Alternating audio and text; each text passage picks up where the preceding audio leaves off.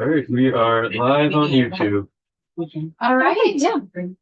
Yeah, I have some other materials if you have to share. Yeah, these are kind of policy heavy, but I have it on. Yeah. All right, we're live. Welcome everybody to House Energy and Digital Infrastructure.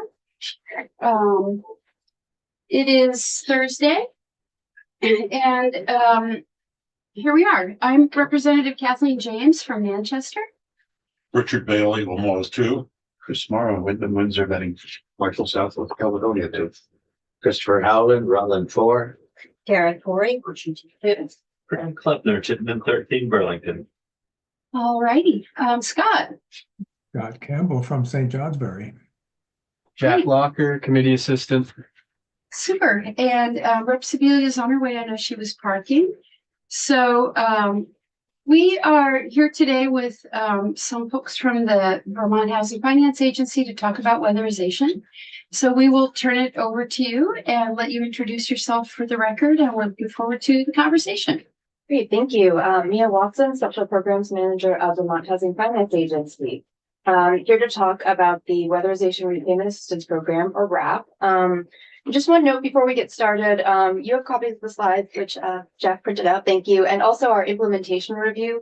The implementation review was completed shortly after the end of, it was in January, with data through the end of December. And then these slides are more recent, so you'll see a little bit of different numbers, and we've had one project case since then. So, we're dealing with a little bit of data, but you'll see the conclusions in the implementation report are really the same as these slides, just a little bit more detailed. So for that note, why you might see different numbers. So I was asked to talk about, what this program is about, and sort of the timeline, as well as some of the challenges we faced and sort of conclusions we've been able to draw about weatherization lending and on-bill financing. So the WRAP program is run through Vermont Housing Finance Agency, VHFA, and the basic concept is we provide lending capital and incentives for the upfront costs of home weatherization projects cycled back over time via on-bill repayment through the customer's utility bill. And so every project has to be approved under the Home Performance with Energy Star program. That's verified by the energy efficiency utilities, Vermont Gas, Burlington Electric, and Efficiency Vermont. So every project has to have weatherization, but WRAP can also finance space heating and cooling. So basically heat pumps of different kinds, water heaters, and health and safety measures. And not on this list, but also advanced wood heating systems. But every project has to have a comprehensive weatherization project as part of the scope. The program funding is targeted to households earning at or below 120% of area median income. And the idea is really supposed to pick up where the Weatherization Assistance Program, WAP, leaves off at 80% and sort of that middle income. We're not restricted to offering it to households below 120% AMI, but the grant says that we're supposed to target 75% of the total funding. We can talk about, how that's gone so far, but we're really trying to hit that middle income segment of the market that's been traditionally underserved. Yeah. Sorry, you said a number I wanted to jot down. So WAP leaves off at 80% AMI. And so you're primarily targeting that moderate income band from 80 to 120, and you said 75% of what? 75% of the total program funding is supposed to go to households under 120% AMI. We have had, I think, one or two households under 80% AMI who've chosen not to go with the WAP program for whatever reason, but so we don't restrict it to the under 80%, although I think the energy efficiency utilities do a good job of trying to sort of divert people that way when they realize that they're income eligible. But yeah, so it's a little bit sort of fuzzy around the edges, but the intent of the program is to target that middle income bracket. Great, thanks. And so homeowners and renters are able to participate in the program. I can talk about that. We have not had any renters so far. And the multifamily buildings have to have a single meter in the building owner's name, which can be really challenging. If it's a multifamily building that's not sort of ground to sky. And this program had a lot of restrictions in that just because it can be really difficult to attribute energy savings. If you've got a unit in the attic and a unit in the basement, fairly attributing the savings and the cost of a project can be really difficult. So, but the program is able to help households who are renters And as we know, a lot of renters live in single family homes as well. So I'll take you through the timeline because it can get a little bit confusing. This program has been longstanding. We were originally allocated funding from the legislature in June of 2021, and that was when the program really kicked off with stakeholder design and working with. Yes. Yeah, on the renters again, Yeah. Sorry. does that need to be a landlord meter, or do the weatherization work do they pay their own utilities? How do you give them services by meter? Yeah, so it's attached to the meter. So Okay. if in the scenario where the landlord pays the utilities, they don't need renter permission, it's their building, they'll pay the utility, it can just go through the landlord. Okay, If the renter pays the bill, what will happen is both the renter and the landlord need to sign off. The landlord, because it's their property, the renter will be paying the bill. And what will happen is the renter needs to sign an agreement to pay, and then the landlord needs to sign an agreement saying, I'm going to try to get the next renter to sign on to take this on their bill. If they can't, basically it's my responsibility.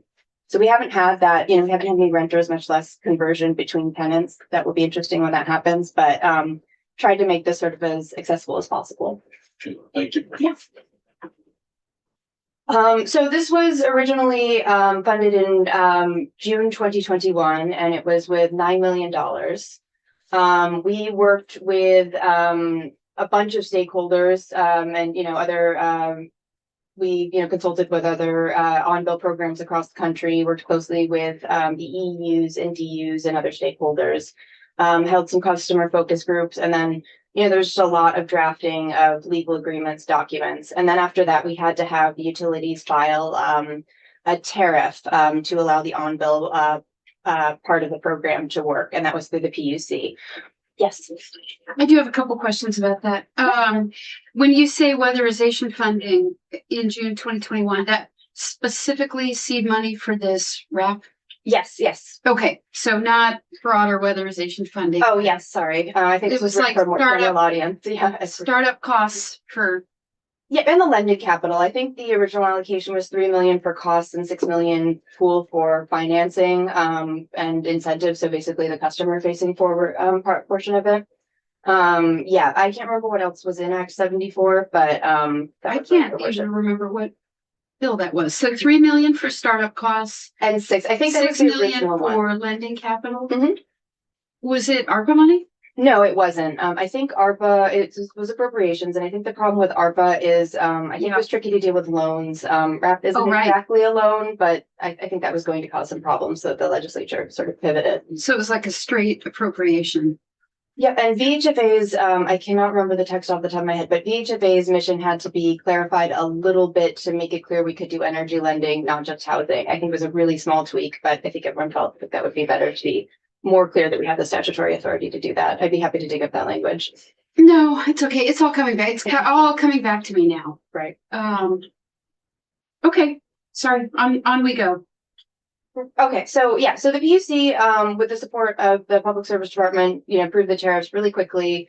Then we went through a process of really just getting legal agreements in place. Part of the complexity was definitely, every EEU and DU had to sign a separate assistance agreement. It's pretty straightforward now, was definitely a little bit cumbersome to set up. And then we had a big kickoff in December 2022 at the State House. Yes. EEU and DU. Oh, sorry, the energy efficiency utilities. So that's Efficiency Vermont, Vermont Gas, and Burlington Electric. And so those, are the ones where the sort of state weatherization and other rebates and funds pass through.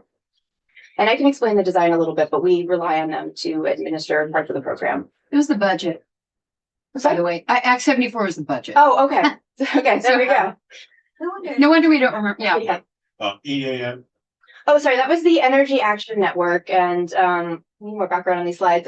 So the Energy Action Network, I think, was the original they have these little incubation working groups, and the sort of idea of weatherization at scale is one. So there's been a few different initiatives to figure out how Vermont can do weatherization at scale. They're doing a separate workforce development program for weatherization that VHFA hasn't been involved with, but we've stayed sort of within that network of sort of energy experts and advocates to try to figure out what ways, you know, we can weatherize at scale, and financing was identified as a real gap.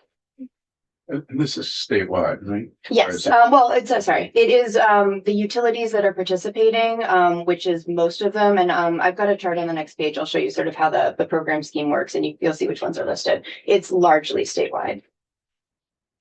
Yeah. Are you a state agency? So VHFA is sort of a quasi-governmental. We're an instrumentality of the state. So we're not directly state funded, but we are state chartered. The governor appoints many members of our board. So kind of VITA and the bond bank, if you're familiar with them, are kind of our sister agencies doing similar sort of state chartered activities. Yeah. Thank you. Yeah. The four utilities that file tariffs, are they GMP, BGS? Yes. So Burlington Electric was a little bit late. They came in a couple months later. So the ones that are participating are Green Mountain Power, Ludlow, Vermont Electric Co-op, and then Vermont Gas. They all filed the tariff, and then Burlington Electric was just a little bit late, but it didn't really affect launch on that. So, you know, from that list, we do have pretty good coverage of the state. There are a few of the other utilities that aren't participating that might be open to it in the future, but I think we've got a pretty good coverage. It's pretty rare that we hear of someone who's not, who wants to participate and isn't able to. So we did a kickoff in 2022 at the State House, and if anyone remembers that, we were really excited. It did take a while to actively see projects come to VHFA. BED filed a little bit late, so it took them a little bit longer to be really prepared to sign a program agreement. Vermont Gas was ready to go, but they're, you know, it's we can talk about it, but their projects have lower savings because of natural gas. So you know, it's harder to get projects through, but you know, I'll talk about that later. And then Efficiency Vermont also was a little bit later to be able to offer the program due to some technical challenges on their end. And then if you'll remember, in 2023, we, you know, 2 successive years of flood issues. So that did sort of set them back. And I'll talk about that as well in terms of really being able to get the program up and running due to the contractor workforce. So yeah, I'll talk about that more as well. So, you know, really it wasn't until September 2023 that we were supposed to be, that we were really felt like we were up and running at scale the way we expected. And then, you know, since that time, and I'll talk about this more, we really saw a really slow trickle of projects. To date, we have 16 projects funded, and we expected to do 500 per year under the original scope for 1,000 total in a 2-year period.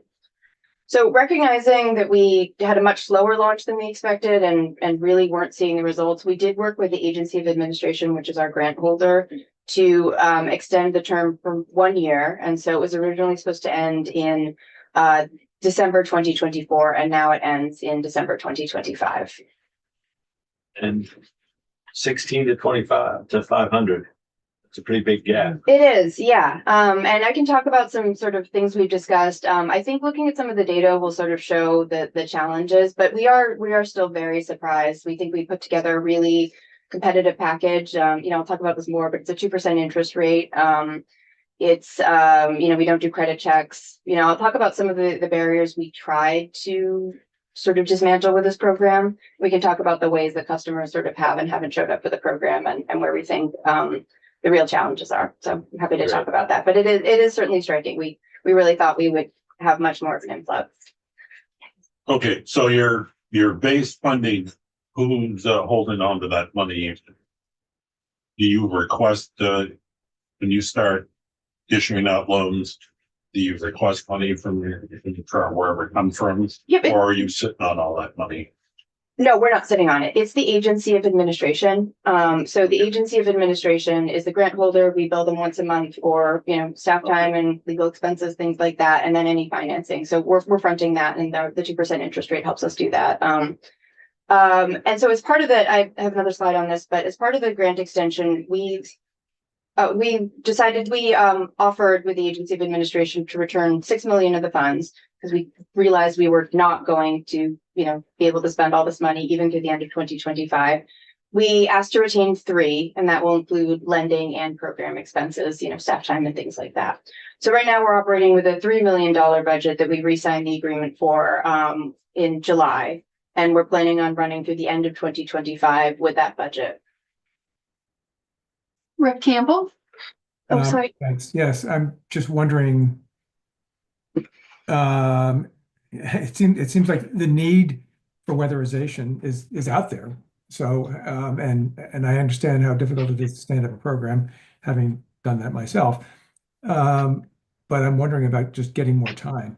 Is the grant deadline, is that something in agreement between VHFA and the Agency of Administration? Is that something that the legislature could extend? I believe it's just through the Agency of Administration. They were able to provide an extra year, so I don't think there's any statutory, I can double check. I don't think there's any statutory limitation in preventing that. We did preemptively ask the PUC to remove the end date of the tariffs. It was a little squishy because it said something like expected to be run through 2024. And we basically asked the utilities to file with the PUC to just remove the end date. So we're not tariff limited anymore. And basically the agreement was, should this program cease to exist, the distribution utilities would go back to the PUC and say, this program isn't offered anymore, and the tariff. But now it doesn't have an expected end date. So it really is the grant that's, sort of time limited at this point. Yeah. And I think you just said, Mia, that VHFA amended the grant agreement with Agency of Administration so that you now have only $3 million to work with instead of the 9, right? Correct. Yeah. So I guess I'm disappointed to hear that, and disappointed to hear that we're in essence giving up on the program after a couple of years of trying. It just takes time to get these kinds of programs out there and people aware of them. You'll probably talk about your marketing efforts later in the presentation, but I'm interested to hear about that. And again, interested in having the program continue because it does take time, and it is a really important part of helping people get off of the fossil fuel price roller coaster and all that. So. Absolutely. Let me go through the slides and show you kind of like what data we've gathered from the program and ways we think it's kind of working or not working. I think when returning the funds, we realized just at the pace, even if the pace ramped up, substantially, we think that the 3 million would be able to cover at least 250 projects. We did not think that, within that extra year, we would see that much growth. That was really in the interest of being good stewards of the state's resources. If there are other program needs, we didn't want to just sort of, even though we're not holding it directly, didn't want to sit on those funds if they could be used for other purposes. So sorry, when was the original was for 9 and 6 was sort of reverted. When did that happen? July 2024. So that last July. Okay. And so there's 3 million remaining. 3 million total in the budget. I would need to double check how much we've actually spent. That's what I was going to ask. Mhm. Like, what is it intended to be a revolving? Yes, the funds are supposed to, the program is supposed to revolve back over time. The terms are pretty long. It's 15 years for Right. this. I think the original idea is we would spend all the state's money, have sort of, through some revolvement, a little bit of a seed to start with. And then VHFA would probably look to another program to sort of augment the capital to get it to sort of phase 2. We had an idea to use the USDA RESP program. I forget what that's called. It's like Rural Energy Program. But anyways, you can use it for on-bill and other programs. So that was the idea, that we would get it to like a phase 2 with a not quite, something that required a little bit of a higher interest rate than, the grant funds that we have for the original RAP program. And then eventually, once we really developed a pipeline, we could use VHFA's other lending abilities like bonds to finance this program long term. we never really got to phase two because we didn't see, we don't have the pipeline that would let us take it to another lender and say, lend us money. We've got this pipeline of projects, we can revolve it. So Okay, this is revolving. We haven't really talked with AOA about what would happen to these funds, should the program end. That wasn't really considered. It was really supposed to ramp up over time to be a really long-lived program. So haven't gotten there. I think we are really hoping that, that the magic starts to happen and we start to, have a justification. But again, really slow pipeline so far. okay, So we really designed RAP with features from other programs, seen nationally to just, really demolish as many barriers as sort of commonly perceived to stop moderate income households from being able to borrow debt to weatherize their homes. So, an obvious challenge is the high upfront cost of the project. Even if, a project will pay back over time, moderate income households often don't have the upfront budget to be able to pay for those things. So RAP combines utility and VHFA incentives with on-bill repayment to eliminate those costs or substantially reduce them, I should say. One feature of the program that we're really excited about is the energy efficiency utility incentives are incorporated into the project.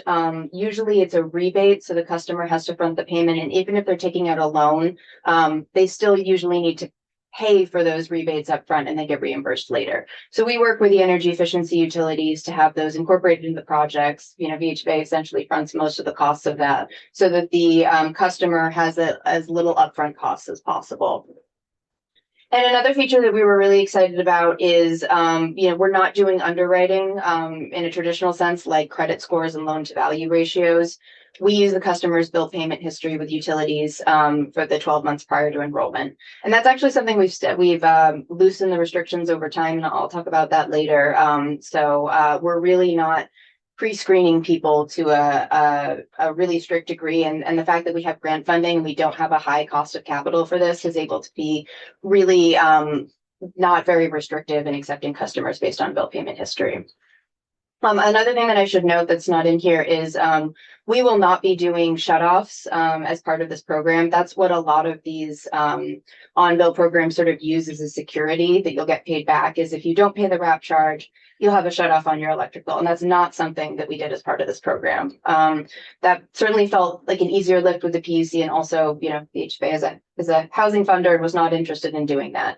That's something that we're able to do with, the state grant fundings. Would be potentially something to talk about with a more sort of risky form of capital where we really need to pay it back to another lender. So, again, really trying to lower barriers as much as possible with this program, given that it's a pilot, to see what works.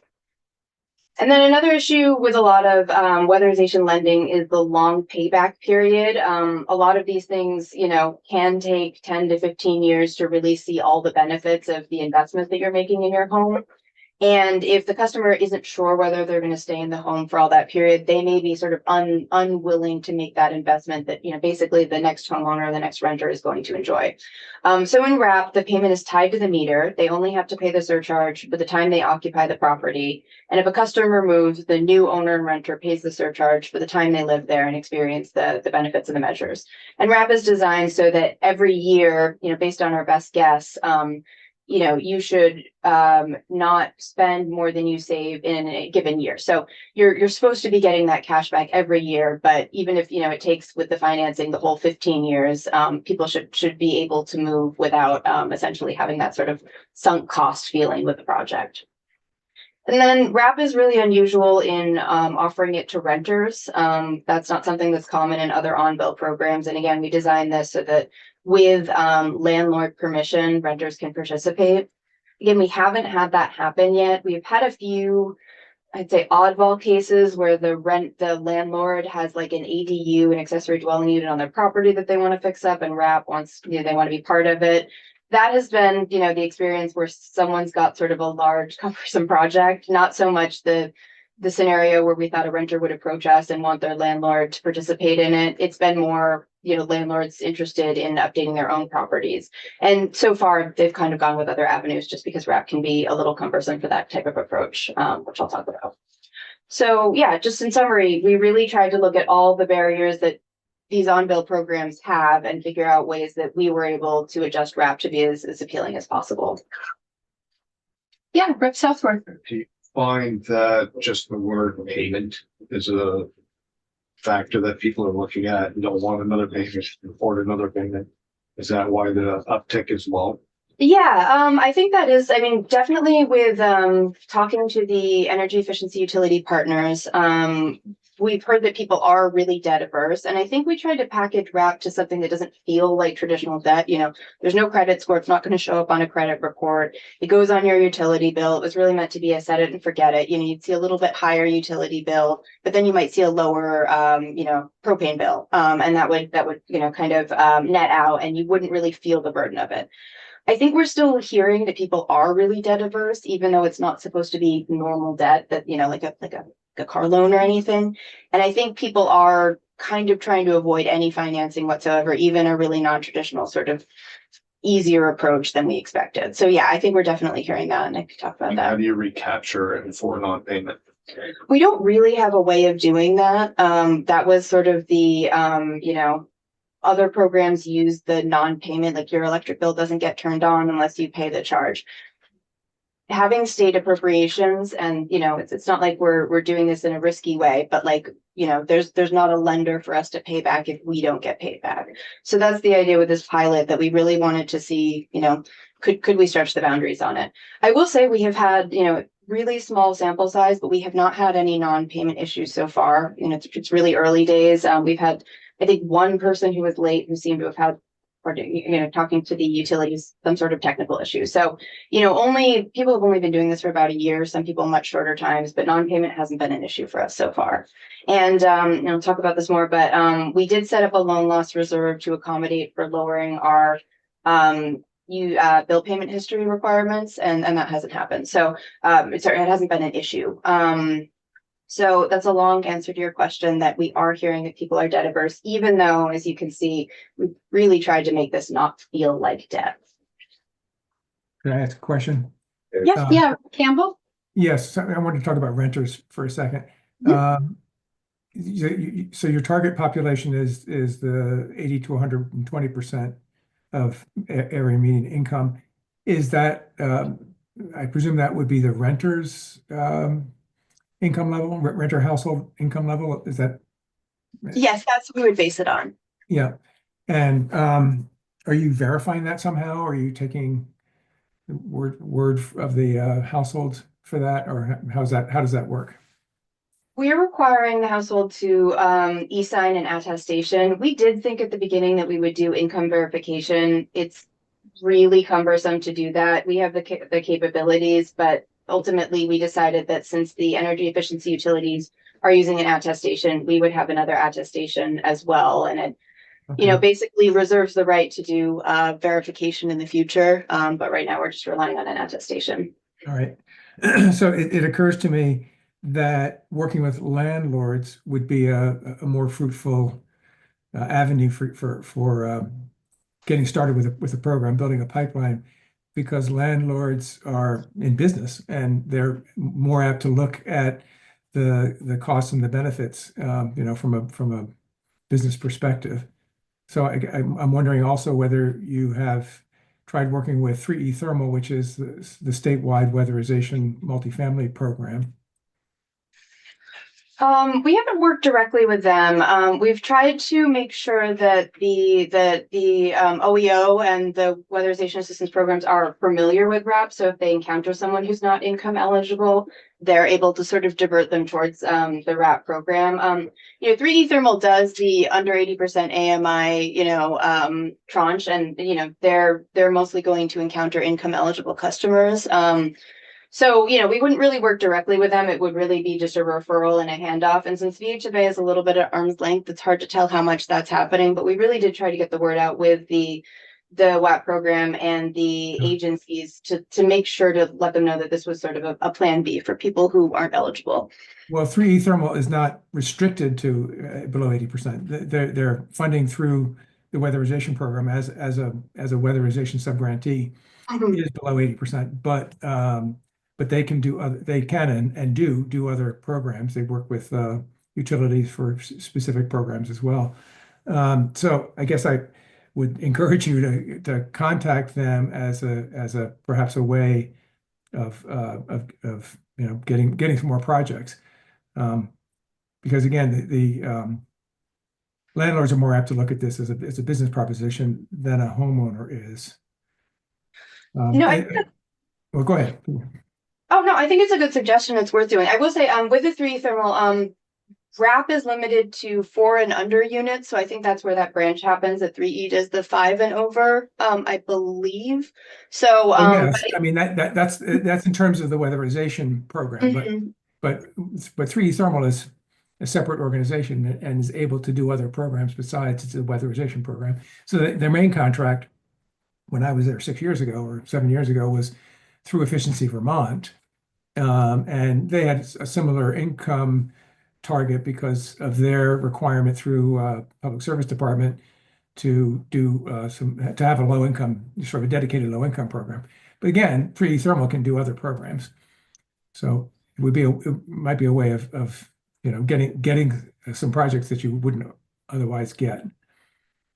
No, Um, that's a good point, and I'm happy to reach out to them. I think part of our goals is to do some more non-traditional outreach.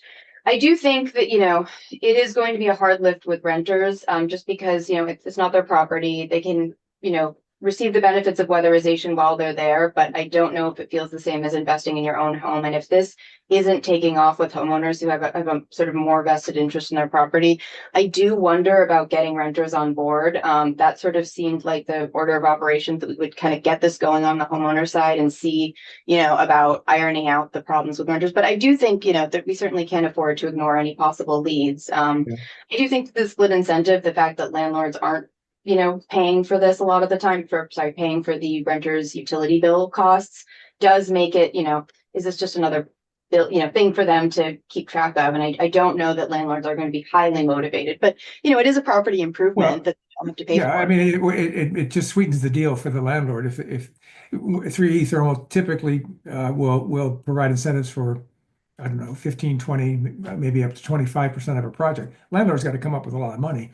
If they can finance it on the meter and they can finance it for 15 years, if they can finance it so it's a cash flow positive proposition, then it makes it a lot more attractive to them.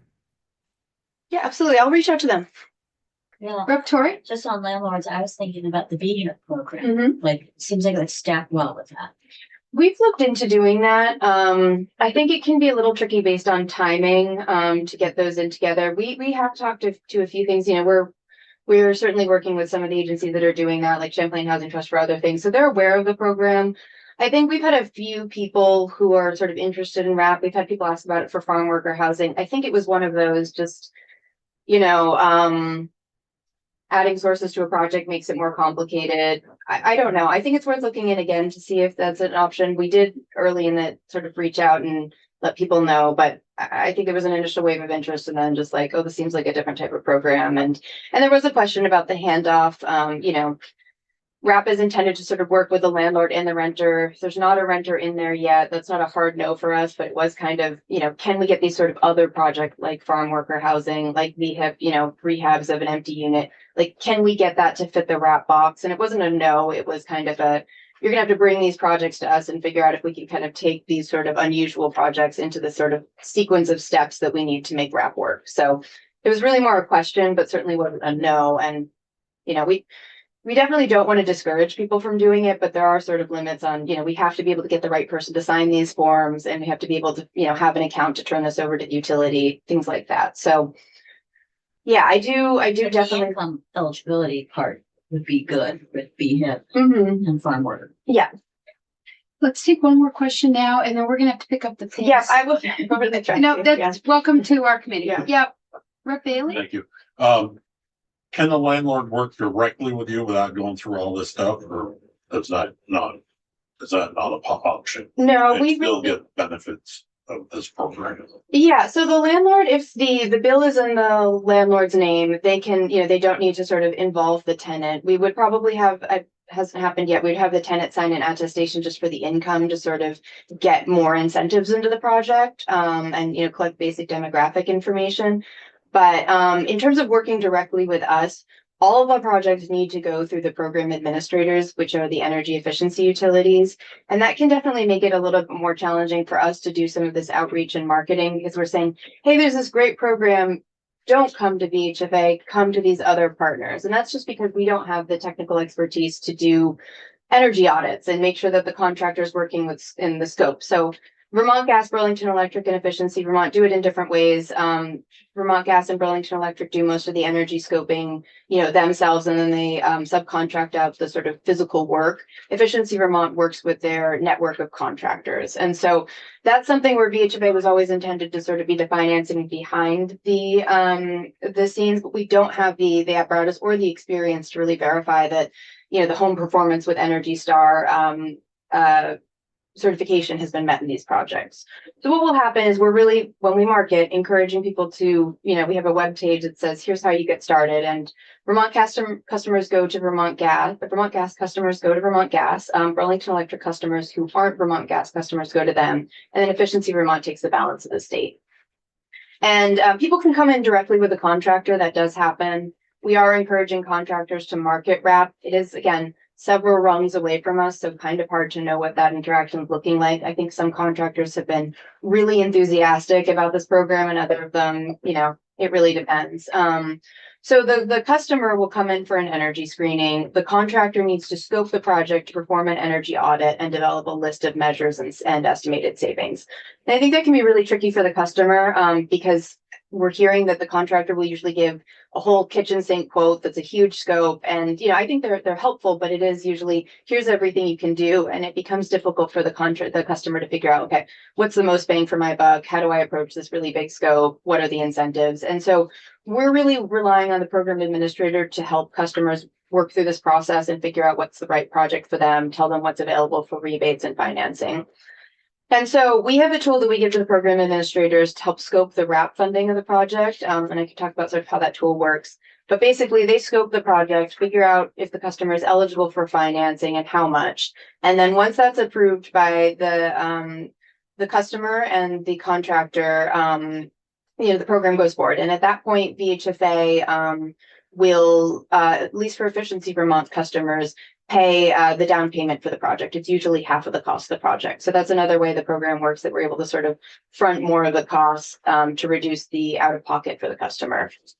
And then once the project is done, we review the project, we sign off, we reimburse the program administrator for any remaining out of pocket costs. And then we turn around and work with utilities, which are sort of on the other end of it, to let them know about the new charge. So VHFA is sort of in the middle of this, and we work exclusively with the distribution utilities to get the charge on the customer's utility bills. So the EEUs, the program administrators, aren't involved in that phase, except for Vermont Gas and Burlington Electric, which are on both ends of the equation. So that's the part that's managed with VHFA. We work with the utility to add a wrap charge to the customer's utility bill or gas bill, and then send that back monthly to VHFA. So the charge is seen on the electric bill. The savings are realized on the fuel bill. Yes, except for Vermont Gas, which is both ways. Right. And that was another thing that wrap is unusual, that we're working on both ends of it. But again, in Vermont, very few people are relying on electricity to heat. So the idea is you'd see a higher electric bill with that charge, but hopefully a lower fossil fuel bill.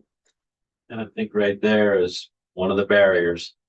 You're guaranteed a higher electric bill. You said hopefully a lower fuel bill. And I say hopefully. We do scope these projects, and I'll talk about that, to really be aggressive on making sure there's energy savings. We're careful about saying, like if I don't think it's going to happen, but if fossil fuel prices were to go way, way down, you might not get the savings. So we do make sure that we're careful in saying these are expected savings. And, based on how the customer uses the home, if their usage, we're able to increase a lot. Like we try to be careful on saying projected.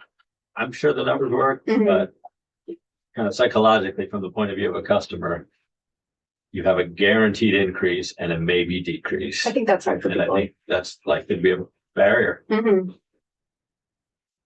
So with the financing model, I don't want to get too in the weeds, but basically it's really variable. We have to evaluate each project based on what incentives are available, which are income tiered. So the energy efficiency utilities offer much higher incentives for lower income customers. So again, it really depends on what's going into the project.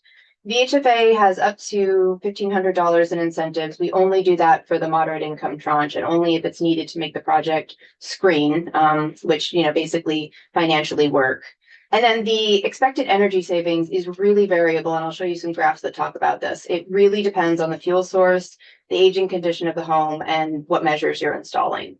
And then there may be a customer contribution, but it really depends on all those other inputs. And I'll show you some projects and how that worked. And so wrap financing is capped at $20,000. We have a 2% interest fee plus a variable utility fee. It's $0 to $350. Most of them are $3 per month. That's for their costs. And then these projects have to be cash flow positive by at least 10%. So that means you would never pay more than 90% per annualized modeling year of the total cost of the project plus interest. So basically, this is designed so you're coming out ahead by a little bit for the investments you make. And then so we use this wrap financing model. It's just a spreadsheet, but we provide it to the program administrators, and it's designed to spit out the lowest possible term and the lowest monthly payment that works within this 15-year potential period. And after 15 years, that's basically the expected life of the sort of conservative estimate of the expected life of what you're putting into the project. It's probably more than that, but that was kind of agreed upon as a reasonable term. So to date, we have 16 projects. This slide was made when we had 15. All the projects have comprehensive weatherization. 2 were heat pumps, which is encouraging. And we're hearing we have a few more sort of in pipeline but haven't been reserved yet. So seeing more heat pumps added, and then 1 advanced wood heating system. A few with sort of small health and safety measures as well, but most of that work has to be done before we see the project. We can talk about that more. So the average total project cost is about $17,000, and that's not the financed part, that's the total project cost. But we've seen them as low as $6,500, and 1 monster project that was $52,000. That was a pretty unusual project with an advanced wood heat system. But normally, we're seeing an average total cost before incentives and rebates for $17,000. The average incentives going into a project, so this is just grant incentives, is $6,500, pretty variable depending on the income of the customer. And partway through, Efficiency Vermont really dramatically increased their incentives, so it's up to $9,500. So we're starting to see some lower income customers who have the max incentive. And so the energy savings also varies really widely per year. Some of them are as low as $271 per year, and then all the way up to almost $2,000 per year in savings. And then wrap averages $6,800 in financing. That is a little bit more than we expected. We expected more like $5,000 in wrap per project.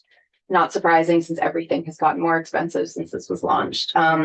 And again, the range is pretty high. We've had as low as $1,200, and that was actually us reducing our floor. We thought we'd have a $2,000 floor for wrap financing, and we've lowered it to $1,000 to try to accommodate some of our smaller projects. And then we financed up to $14,650.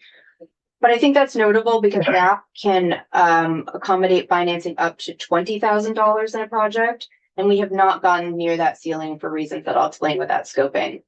And then the average monthly payment is about $50, but again, pretty variable, as low as $17. And most of our projects many of our projects are maxing out the term, but not all of them. So that's 15 years. So I think these graphs are really helpful to sort of show the variability that we're experiencing in wrap projects. So these are our projects sort of ranked from least expensive total cost to most expensive project cost. And again, this one out here is just a really unusual system where the person did a district wood heating system that went out to outbuildings. They were a higher income customer and it didn't require that much wrap financing. So these projects sort of in the middle are more reflective.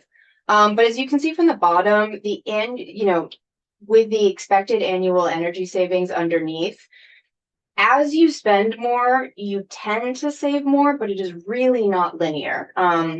You know, and the amount saved really drives how much you can spend on the project. So these natural gas ones in dark blue over here tend to have much smaller scopes and much smaller savings. And a lot of the time it's not necessarily the customer's choice. It's RAP is really going to max out the savings because we can't expect many savings from natural gas because it tends to be less expensive.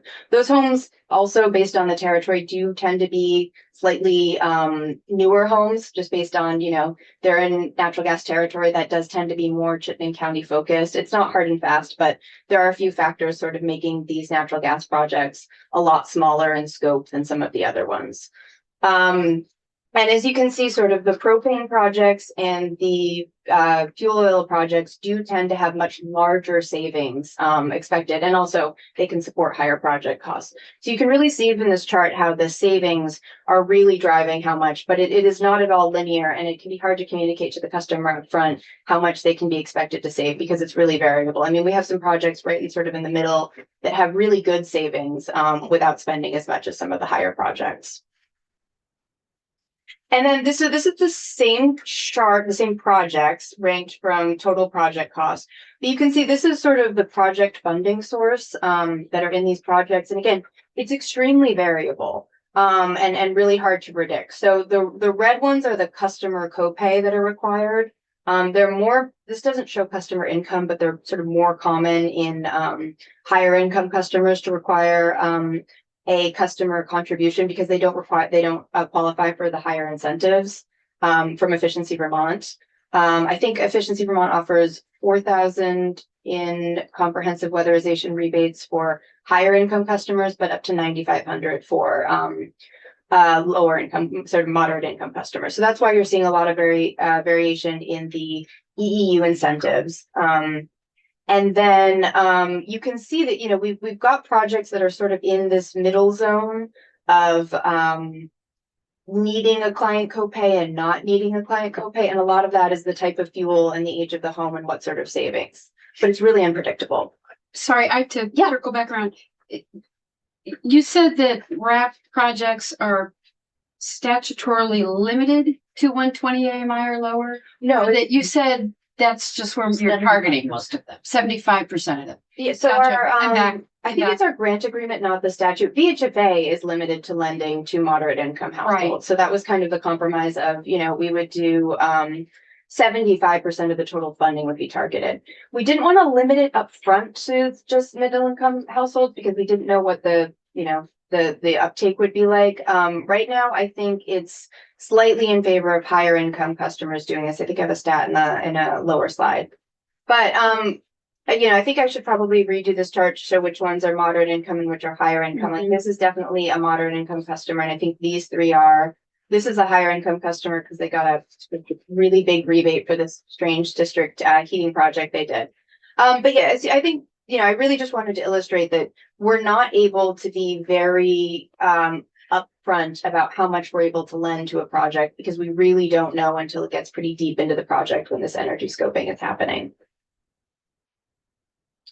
You know, I know we're running a little bit short on time, but we've been sort of thinking about this as, you know, if people want to weatherize, what options do they have? And I think one of, you know, the main one that we're sort of competing against, and I say competing, but it's really, we're hoping that we're offering complementary options, is the home energy loan, which is offered through Efficiency Vermont and I think Vermont Gas and Burlington Electric through credit unions. And so they offer a loan. Their interest rates can be better than RAP. It's as low as 0% interest rate for 5 years. It's tiered based on income. So at the higher end, it is a higher income interest rate than RAP. I think goes up to 5%. They can finance up to 100% of the project, and they don't require specific energy savings. So as long as it's an eligible project, they don't, you know, go through this, you know, how much can you save up front? So that can make the processing time a lot quicker. But it is traditional debt. If you move, you have to pay it. They do credit score screening, other sort of traditional underwriting practices. But again, it was intended to be complementary. Yep. Is that a lien on the property then? I'd have to check. They might. We do a lien on the property as well. We do a sort of, it's not a traditional lien. We do a land records note on it. But they have more traditional ways of, I think it is a property lien. So again, that sort of traditional debt versus, debt, but not the way a bank would normally do it. So that's your recapture is the lien. I need to double check. We have something that we are able to recapture until it's paid off. It's insulation and air sealing in the walls. I don't know how we would practically go about doing this. RAP is fairly unsecured as a lending source. The home energy loan is much more traditional, and I just need to double check. But yes, so we have something in our agreements and in the land record that we do own it, but it is practically very difficult for us to collect on that. And again, we're in the housing lending business and don't want to do that for this program. So I think this is another slide that's really striking if you look at the data about what's possible in weatherization for people willing to take on debt. When we looked at this, when we sort of originally scoped the program, we were coming off a really big period for weatherization, and that really happened alongside other sort of a remodeling boom that happened alongside the pandemic. People were at home. They really noticed what their home environment felt like. People had some additional income with, stimulus checks, things like that. So we were sort of 1,000 projects per year in comprehensive weatherization really felt like, okay, this is what the market looks like. But as you can see, since post-pandemic, like other remodeling activity, it's still strong, but it has paired off. So the sort of universe of projects doing weatherization is much smaller. So, when we really got started in 2023, that year had 670 total comprehensive weatherization projects, and only 275 were moderate income. So if we're supposed to come up with 500 projects per year, I don't think everyone involved really realized how much that would kind of outperform and expand the weatherization market. And, to be clear, this program was intended to expand the weatherization market. And I think if you drill further into who's taking out an home energy loan, these are efficiency Vermont customers, so not all of them, you can see the same sort of pattern where in the pandemic, activity got pretty good. It's really tapered off since then. And especially the home energy loans that are being taken out for weatherization, really a lot smaller than they were in the pandemic and never particularly large. So we certainly don't want to, take customers away from the home energy loan, but if you're using that as a baseline for sort of the number of people willing to take out money to weatherize their home, you're only seeing about 100 people per year in the home energy loan. Most of the loans they're doing are equipment based. And the low and moderate income borrowers are even smaller than that.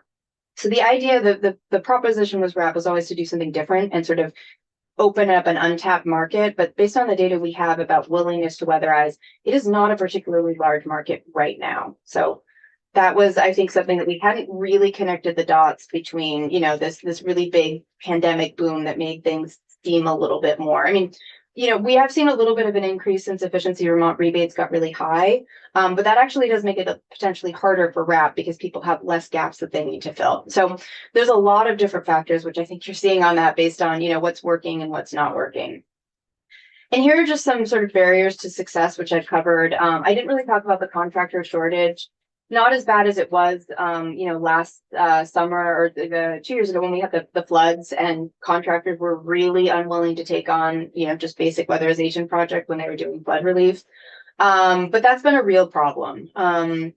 We've sort of tinkered around the edges with what we think is possible. One of the big things was relaxing the clean bill payment history. We had it so you had to have no missed payments in the previous 12 months. We've relaxed it all the way down to as long as you are current on your electric or gas bill right now and you haven't had a shut off in the prior year, we will take your project. So we really lowered it down as much as possible. And if we did get another funding source, that is something we'd have to revisit if we had sort of a riskier form of capital with that. So that's been a problem.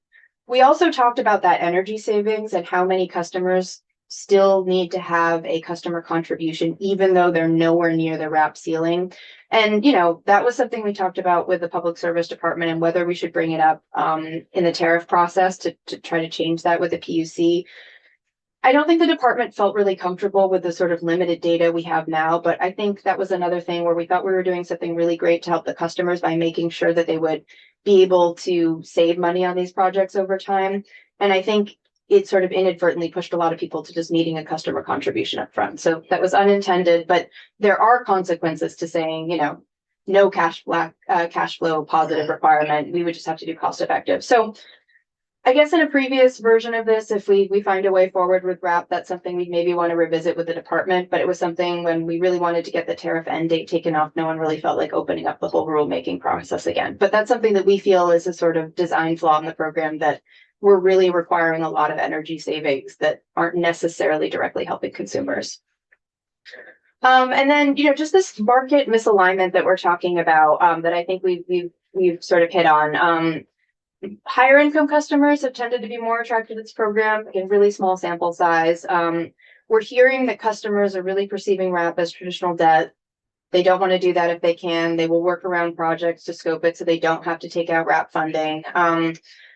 I get a lot of calls from people who really have complex needs. You know, maybe they were served by the WAP program already, but their furnace is dying. And, you know, RAP is really not intended for equipment repair. It's really to be, you want a heat pump alongside weatherization, great. But it is really not able to help people with, you know, complex needs that are really better served by the WAP program. And then, you know, again, I think the lack of ability to finance equipment only projects is a real challenge. Again, this is a weatherization program, so we're selling that. But when we look at other sort of competitor programs or other programs around the country, they tend to rely more on equipment only purchases to make this happen. I don't know, I mean, I'm certainly not an expert, but I don't know that anyone has taken weatherization primary on-bill financing and really done this at a really large scale. This was really intended to be a pilot effort to see what was possible. I'm going really fast, but you know, just to sort of go through our outlook, we removed the end dates on the tariffs and we're currently funded through 2025. You know, we're still really hoping that uptick happens. It hasn't happened yet, and I think we agreed to check in with AOA throughout the year and talk about what's working. We've been in, you know, pretty frequent communication with them and the public service department to let them know, you know, the barriers we've encountered. So, you know, we do kind of want to keep working through 2025 to pursue more creative outreach strategies. We've been interested in doing heat pumps, and if there are more rebates available for that, I think, you know, pitching RAP as a gap funding and encourage people to weatherize while they do heat pumps. I think, as Representative Campbell pointed out, there are more sort of on the ground outreach we've done. We've done a lot of traditional outreach, you know, Facebook. We've done several front porch forum campaigns, which have had a pretty good response. And we've done a lot of just sort of, you know, community newsletter outreach. I've worked with the town energy committees on a few different, you know, events and things like that. I think there's more we could do for especially people who aren't online.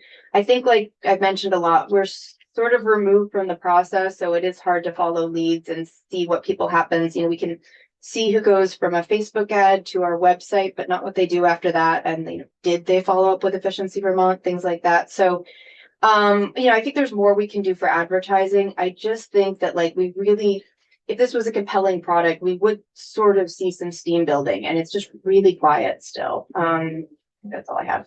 So, yeah, you know, that was a rapid fire. This is a really complicated program, and I'm happy to take any questions or suggestions on ways we can make it better. But I think that kind of covers where we are. Well, I think we have time for like one question. Yeah. Because I mean, we typically pause to ask them along the way. So Sure, absolutely. yeah. I hear from constituents who are older, Mm-hmm. and they are thinking about their legacy. They want to do the right thing. Their parents are about to die. Mm-hmm. I think this would be very attractive to them. Might help them make a cleaner choice and an equipment upgrade. And I'm sure there's some weatherization that would need to happen too. I don't know, you know, with your 25% that's not income limited, like this seems like something to get the word out to, like, through AARP or, you know, because there are, I hear from people, I mean, you know, I don't want to get another propane furnace, but I'm nervous about spending that kind of money. I'm retired and I don't know how long I'm staying in the house. And so to me, on-bill financing makes a whole lot of sense for that person. Yeah, I think when I talk to people, they really do see like this is the heater is my problem. And it's like I'm willing to weatherize, but I think you get into, comprehensive weatherization projects, probably 10 to 12,000. It's really hard to predict how much retrofitting with heat pumps completely would cost. And do you need a backup source? When we've talked to people, it is kind of like a really overwhelming process. And RAP is so focused on that weatherization and requiring cost savings for that. It is a difficult project to say, like, I've got to replace all my equipment and I'm going to do a comprehensive weatherization project alongside it. There's nothing preventing it. Currently, the rebates are a lot higher on weatherization than equipment right now. That could change in the future. But, I think ARP is a great suggestion that I hadn't thought about. So I will follow up with that. But yeah, I just think it's the whole, like, when I have talked to people who have called and said, like, my heater's dying, like, well, we can't replace that heater. We can't do another propane heater. It has to be a heat pump. And that's just a really big decision for people to make. Yeah. So I totally hear you. It's just been a challenge to sort of encounter people at that point, for sure. If All I could just right. add one thing, I would just amplify what Rep. Torrey just said about folks who are entering retirement and living on a fixed income. Mhm. A lot of those folks are looking at not only fixing, they live on a fixed income, they will be living on a fixed income. They're interested in fixing their costs too. So that's a really, I think, potent sort of marketing point to make to folks. So yeah, AARP would be great. The other point I wanted to make is how complicated construction projects are for the average person. And when you add in the energy element, it's just overwhelming. So the most important thing for people to take up a program like this is for somebody to hold their hand through the process. And I guess it sounds like you're relying on the EEUs to do that, which they should be able to do, but it's really critical that somebody puts together all the pieces and presents a package to the customer. So anyway, you probably know all that, but it bears emphasizing again. Anyway, but Yeah. thanks for the presentation, Mia. It was really good. Thanks. Yeah, I think that's absolutely true. That's definitely something, I don't think that's something the HFA would be good at or has the technical expertise. So you're suggesting that, but I think it is, we want to stay in our lane and do what we're good at, which is lending, and let people who are experts in this. I think a few people have reached out through town energy navigators and town energy committees. And so I think some of that is happening organically, but we really do rely on the energy efficiency utilities to be the handholding that we're just not well equipped to do. All right. Mia, thank you so much. You were always such a wealth of information. That was a great presentation. So thanks. Yeah, I'm happy to follow up at any time. Great. Thank you so much. And we have our next witness here. I think so. We've got some testimony coming around. Sean, welcome. Thank you for having me. Good morning. Yeah, hi. We'll just quickly run around the room and introduce ourselves. And then we will turn it over to you to introduce yourself. And I am going to, after we do our introduction, step out for like 2 minutes and I will be right back. I'm Representative Kathleen James. I'm the committee chair and I'm from the Bennington 4 district. Chris Morrow, Wyndham, Windsor, Bennington. Michael Southworth, Caledonia 2. Christopher Howland, Rutland 4. Garrett Torrey, Washington 2. Graham Klupner, Chittenden 13, Burlington. Laura Sibilia, Wyndham 2. Jack, you want to do Scott? Yep. Representative Scott Campbell is joining us online. And Jack Locker, committee assistant. Great. And in the room. Gwen Zakov, representing the Vermont Community Broadband Board. Andrew Brewer with Downs, Reckland and Martin for Consolidated Communications. Claire Buckley from Leonine Public Affairs for CTIA, the Wireless Association. Great. All right. Sean, for the record, if you could introduce yourself and start, if you don't mind, by telling us a little bit about your organization and the work you do. And Ranking Member Sibilia is going to just take over for 2 minutes and I'll be right back, but go on ahead. Excellent. Thank you so much.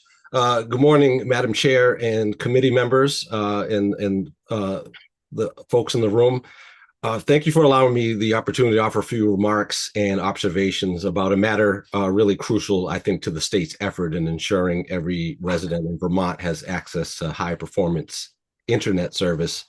My name is Sean Gonsalves, Associate Director for Communications with the Community Broadband Networks Initiative at the Institute for Local Self-Reliance. The Community Broadband Initiative at ILSR has been tracking, documenting, and analyzing community broadband expansion efforts across the nation and telecom policy more generally for the past 17 years. As part of that work, we recently published an in-depth report on the history and development of Vermont's communication union districts and have closely documented the work of the Vermont Community Broadband Board over the past several years. If you can put on that second slide. Yes, thank you. Today's hearing on the act relating to affordable broadband service as introduced by Representative Chris Morrow is itself testimony to the state's commitment to exploring ways for every Vermonter to meaningfully participate in our digital economy and take full advantage of the multitude of life-enhancing benefits that come with reliable internet connectivity, from employment and educational opportunities to telehealth access and access to online private services, online governmental services. The committee's work is also, I believe, in keeping with the spirit animating the Vermont CUD model, one focused on the benefit of the end user, fostering needed competition in a monopoly-dominated broadband market, while recognizing internet access as a public good. Next slide, please. Our view on the nexus between internet access and affordability is straightforward. If it's not affordable, it's not accessible. Therefore, we consider well-crafted legislation that incentivizes a low-cost option for home internet subscribers to be both wise and necessary. Necessary for the reasons already stated, and wise because Congress has failed to continue funding the federal Affordable Connectivity Program, which, as all of you, I'm sure, are aware, offered eligible households a $30 per month voucher to pay for internet service. The ACP program expired actually almost exactly a year ago today. And despite the vigorous efforts of digital inclusion advocates, public interest groups, and numerous members of Congress, there is, from our perspective, there is no ACP 2.0 on the political horizon. Next slide, please. Before sharing a few thoughts and observations on specific provisions being considered in the bill the committee is contemplating, permit me to offer some what I consider to be important context, and perhaps the most relevant being that whatever this committee decides has the potential to offer relief for up to 40% of Vermont households. Not long after the ACP was established in 2021 by the Bipartisan Infrastructure Law, the community broadband team at ILSR created an ACP dashboard that tracked both enrollment and spending down to the zip code level for every state in the nation.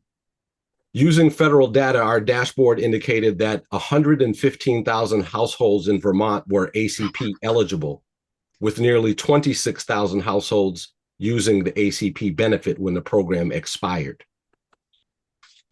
So in the absence of congressional action to address the broadband affordability crisis beyond the now depleted ACP appropriation, several states have moved into step into the breach. Next slide, please. The first state to do so was the state of New York, where lawmakers there passed the Affordable Broadband Act, ABA, requiring internet service providers with 20,000 or more subscribers to offer 25 megabits per second broadband service for $15 a month to eligible low-income households. Though it should be noted that there is a provision that allows for a price increase once every 2 years with proper notice. The law also gives ISPs an alternative. They can offer a 200 megabit service for $20 a month and with no additional fees, taxes, or bundled service. The ABA in New York was actually signed into law in April of 2021, but was immediately challenged in court. It was appealed all the way up to the US Supreme Court, and the case was finally settled in December of 2024, so less than 6 months ago, when the High Court declined to intervene on a US Appeals Court decision that upheld the law. So the ABA essentially in New York did not go into effect until January of this year. Next slide, please. With the legal questions now settled, several states, of which Vermont was among the first, have filed similar legislation modeled on the ABA. As of today, excepting the state of New York, affordable broadband legislation has been filed in 4 states: Vermont, of course, Massachusetts, California, and most recently, Maryland.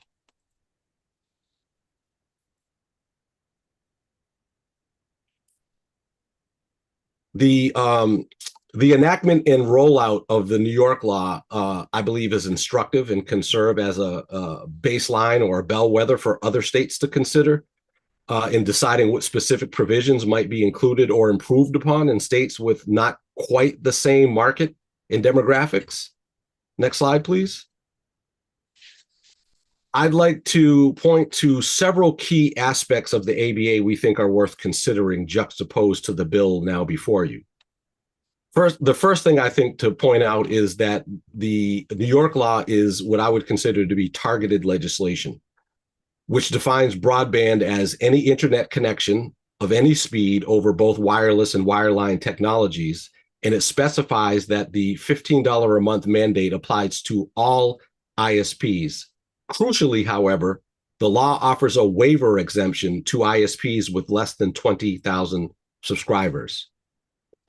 Aware of the need for more choice and competition to support a properly functioning broadband market, lawmakers in New York were keen to provide a carve-out for small providers who might be unduly burdened by a low-cost mandate. The law created an exemption for ISPs serving fewer than 20,000 subscribers, which we believe is an important policy to ensure that these requirements fall on companies that are of sufficient scale to absorb significant numbers of low-income subscribers. There are many small rural providers that may not be able to afford to offer this service because they are already stretched thin by the challenges of operating in areas with much higher operating costs. States should be mindful of the difficult economics of operating telecommunication networks, where having fewer than, say, 5,000 subscribers is challenging in the best of circumstances, and decent margins generally only exist above 20,000 subscribers, though there are exceptions. The challenges are especially obvious in remote areas, but can also be present in urban areas where there are significant poverty. Using federal and state data, it's not difficult to find the percentages of households in any state that are passed by the largest providers. And states may actually wish to use passings rather than subscribers in deciding which ISPs are required to participate. ISPs that reach a large population should be much better equipped to internally cross-subsidize to cover qualifying households that choose the low-cost option. In creating a low-income program, a state may even find it is able to reach more than 90% of the eligible households by imposing the requirement solely on ISPs with more than 100,000 passings or some similar number of subscribers, ensuring that the focus of these programs falls on ISPs that have the most resources to resolve the challenge. So the magic number for a waiver exemption that would be ideal for Vermont, or any state for that matter, we cannot say with any real certainty, as it would vary depending on specific market and demographic conditions. To be clear, ILSR is not suggesting Vermont's bill should include the 20,000 subscriber number enacted in New York's law. The Goldilocks zone would be one that exempted small independent ISPs and Vermont's CUDs. Proponents of similar legislation in California, I should point out, are considering whether their proposed legislation will include an exemption for ISPs with 100,000 or more subscribers and or whether the number should rather be tied to locations passed instead of subscribers. Now, as it relates to speed needs in the New York law, it requires that the low-cost option be 25 megabits per second.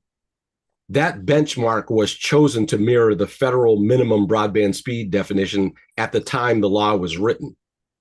Since then, the FCC officially raised that standard to 120 megabits per second download, 20 megabits per second upload. And in proposed legislation in Massachusetts, they're following that new standard, and we believe it should be the baseline for proposed legislation in other states as well. As it pertains to enrollment and verification, this is where things can get tricky.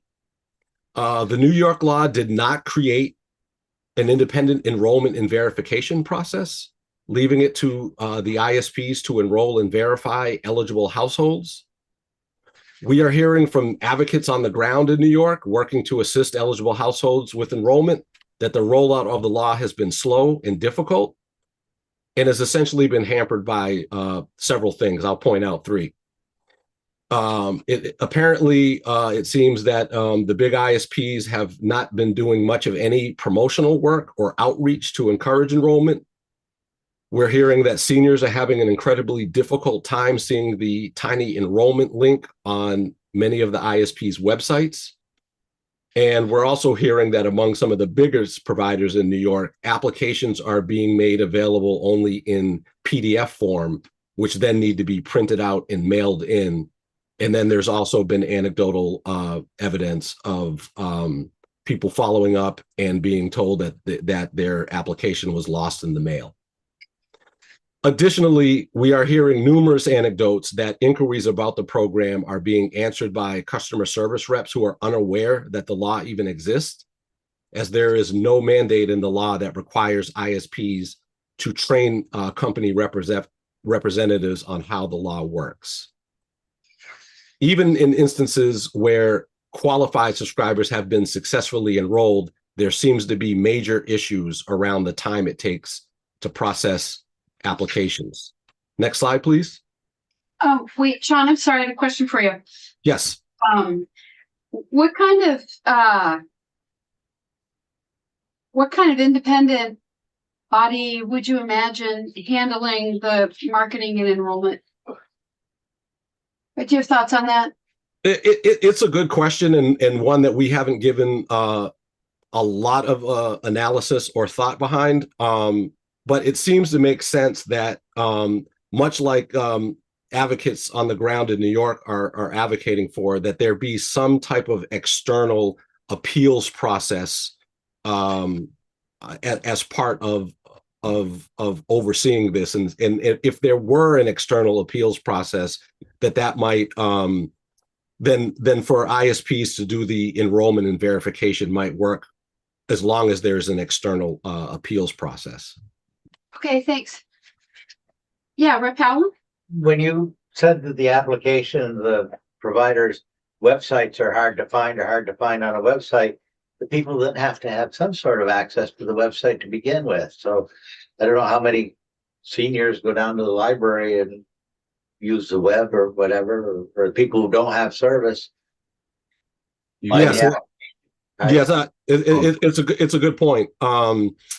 And I think in many instances, it's the case where folks are accessing websites, whether it's through the library or senior centers. And in some instances, they're being helped by advocates. And so when they're being helped with advocates, we're hearing even from advocates that it's difficult at times to find the link on websites. Thank you.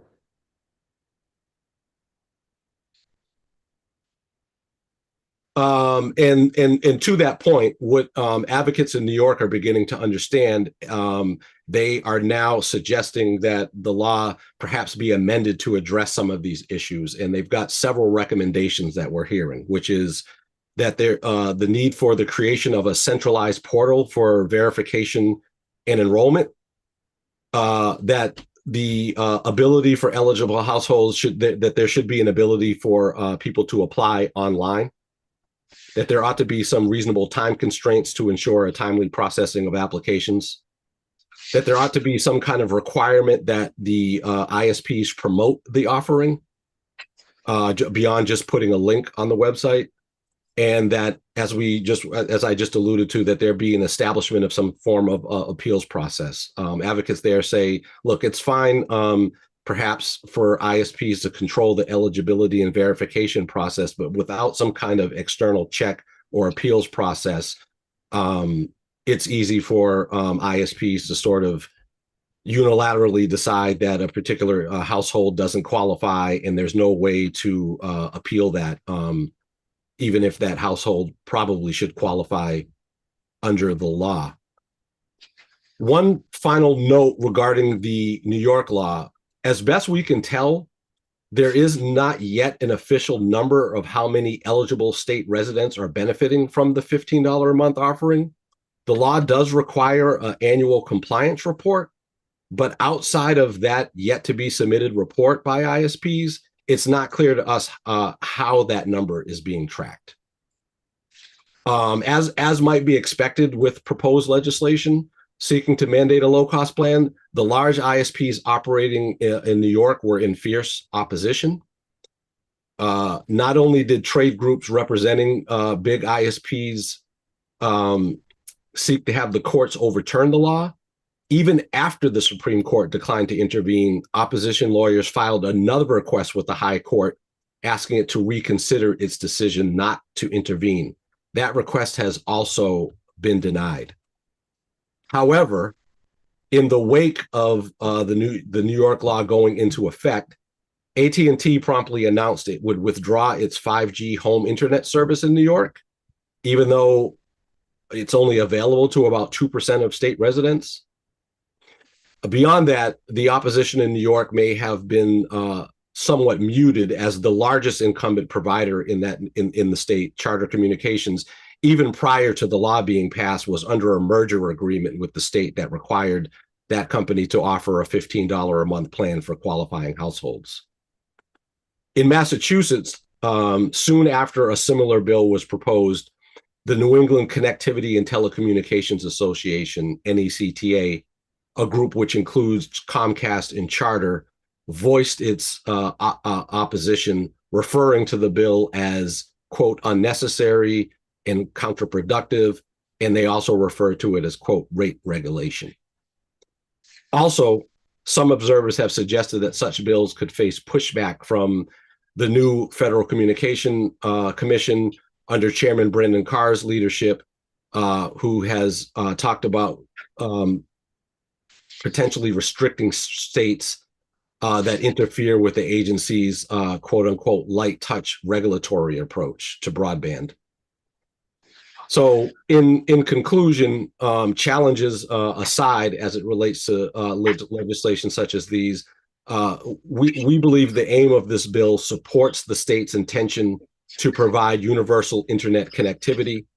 And really, in order to do that, addressing the affordable broadband crisis is paramount, because, as noted earlier, if it's not affordable, it's not accessible. And so I'd really like to thank both the committee chair and the committee members for inviting ILSR to participate in such a vital deliberation, and happy to entertain further questions from the committee. Thank you, Sean. Really appreciate that presentation. Representative Howland? I'd like the definition of a passing, or I'll give you my definition and you tell me whether we're right or wrong. A passing is where the facilities pass by a resident or a potential customer who has not subscribed. Correct. And it doesn't include any limitations on a expansion, a required further build out down the road, or expand any expansion of the current service territory. Yes. Your understanding is exactly correct. A locations passed is a terminology that refers to the physical infrastructure and whether or not it's available at particular addresses, be it residential or business. And And so just to, if you permit, just to elaborate a bit further in terms of subscriber versus locations passed, very often with small independent ISPs, as well as some of the CUDs, if you just look at the subscribers, when operations such as those get revenue, often that revenue is reinvested back into the network as they continue to expand. When you're dealing with a larger ISP who's already built out all of their network or most of their network, then you already have a sense of where they exist. And so it's sort of apples and oranges in terms of what they do with that revenue. And that is why I believe that California is considering tying legislation to locations passed. So if you had facilities going down a main road and there's a long private driveway with several pole line extension that doesn't have facilities on it to serve broadband, would that be counted as a passing? Technically, I believe it would be considered a passing, although it should be noted that if someone is off of the main road and there needs to be a considerable extension, that can be very costly. Rep. Morrow or Rep. Bailey? I didn't have a question. Okay, Rep. Morrow? Sean, can you tell me again where you got the data for the 115,000 households in Vermont who are eligible for ACP? Yes, that was from our dashboard that we created, which essentially all relied on the USAC data, the Universal Service Administration, that tracked the ACP enrollment and eligibility numbers. Good, thank you. It's also not, it was not uncommon. In fact, I don't know that there was any state that I can think of or any particular zip code that I'm aware of where the eligibility enrollment was 100%, which reflects, I think, in part, one of the issues that we saw with ACP, similar to what we're hearing in New York, is that there were just quite a few folks that did not know the program existed. Mm-hmm. Although we had close to 26,000 Vermont households participating in ACP, huh? That's higher than I would have expected. And also it probably is worth noting that, in the debate over whether or not to renew ACP and such, there had been some suggestion that if there were to be a, ACP 2.0, for lack of a better term, that they might change the eligibility requirements. There's some that criticized it for being a bit too generous, and thought that I'm right now, it escapes me what the exact sort of criteria was. I believe the New York bill attaches it to households that are enrolled in, say, the free and reduced lunch program. So depending on what an individual state's eligibility criteria is, it may not match directly one-to-one with what was the criteria that allowed folks to enroll in the ACP. Thank you. Rep. Howland? Has the ACP program subsidy stopped now? Yes, almost exactly a year ago. Initially, it was allocated $14.2 billion, ran through all of that and so that money ran out by essentially May of last year. And there's been a number, actually, frankly, of bipartisan support for it in the House to advance tweaked legislation that I think probably narrowed the eligibility requirements, but that never got off the ground. And frankly, there's nothing on the horizon that suggests it would be coming back. Some advocates had suggested that it should be tied to universal service reform, so that there could be a permanent source of funding, and it didn't need to constantly be, go back to Congress for it to be appropriated. And so there have, though, been studies that have been published that showed just how significant that benefit was in terms of how it more than paid for itself. Sometimes these programs are looked at in isolation, and without considering the other follow-on, benefits that happen in terms of, the economic cost as it relates to various uses like telehealth and such, and the kind of economic multiplier effects that happen when folks have connections. So did the ACP program get more subscribers to subscribe, or did current subscribers get help with their bill? Yes, and I don't have the specific figures in front of me. I could get back to the committee on that, but indications are that yes, indeed, there were new subscribers, quite a few who did not have home internet service prior to ACP and were able to get home internet service with that ACP voucher. And then I believe there's also been some studies that have looked at the numbers of households, that ballpark the number of households who had to cut their subscription because they lost the benefit. That was the next question. Thank you. Rep. Sabine? Yeah, I'm just trying to remind myself what the minimum speed was for ACP. That was 25.3 as well. It followed the FCC's federal definition. So when ACP and the infrastructure bill was written and passed, the FCC hadn't yet officially lifted the what was almost universally considered to be woefully outdated minimum broadband speeds of 25.3. So now it's 120 over 20. Yeah, 25.3 and 120 or 100 over 20 are Mhm. both cable speeds. Yes. Yes. So meaning if they go to fiber, the speeds can increase. I mean, the speeds would also qualify. So I would say, meaning that it was set as a subsidy for our large companies. But over coaxial cables, not Yes. fiber. Yes.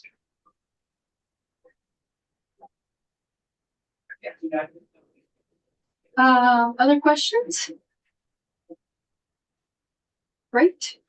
Thank you so much for joining us and for your written testimony. Really appreciate it. And I'm sure that we may be back in touch. We are certainly here. Thank you very much for your time and attention. And yes, if there's any resources that we're able to pull together and send your way, we're happy to do so. Great. Thanks a lot. Well, Rep. Morrow's your point person for the bills. So. Yes. All Terrific. right. Okay. Thank you so much. Appreciate it. Okay. Okay. Bye-bye. Thank you. Bye. Thank you. All right. Jack, let's stay on live just for a minute to organize ourselves. Let's see. So we have more testimony on H181 at 11 o'clock. And then floor at 1. And then at 2 o'clock, we've had scheduled a committee discussion and kind of a testimony review. Like, here's what we've heard so far. Here's where things stand. Here's who we might still want to hear from on H11 if Rep. Sebelius is ready. 2 o'clock. All right, at 2 o'clock, Rep. Sebelius will be ready. Okay, that's all I really want to talk about for right now. So